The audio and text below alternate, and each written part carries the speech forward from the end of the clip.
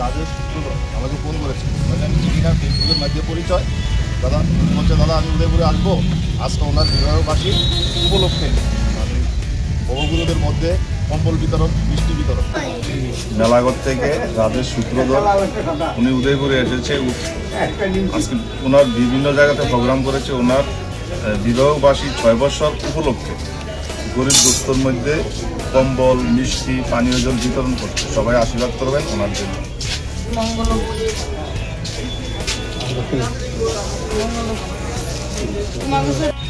আজকে মেলাঘর থেকে রাজেশ সূত্রধর আমাকে ফোন করেছে, আমি চিনি না, ফেসবুকের মাধ্যমে পরিচয়। দাদা বলছে, দাদা আমি উদয়পুরে আসবো, আজকে ওনার বিবাহবাসী উপলক্ষে আমি ভবগুরুদের মধ্যে কম্বল বিতরণ, মিষ্টি বিতরণ। সবাই তাদের বিবাহবাসী যাতে আগামী দিন আরো সুন্দর হয়ে উঠুক, সবাই আশীর্বাদ করবেন।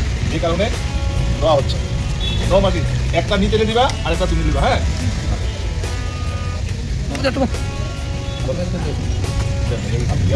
আশীর্বাদ করবা তারা লেগে, বুঝলে?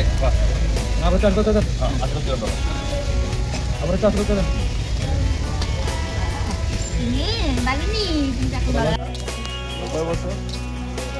ছয় বছর পূর্ণ হয়েছে, এই কারণে এই উপলক্ষে তোমারে দিতে আছে আর কি।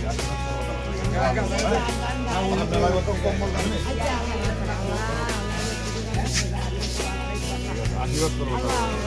জামাই জামাই কই এদিকে হয়।